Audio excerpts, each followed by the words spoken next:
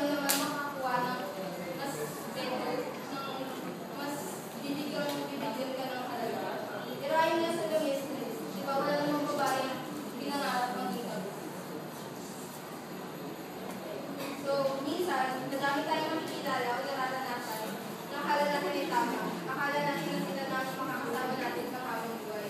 Ngunit sa mali natin akala, doon tayo matutulong maganap ng mas better at mas compatible para sa atin. So, para sa mga kapit, tigilan niyo yan.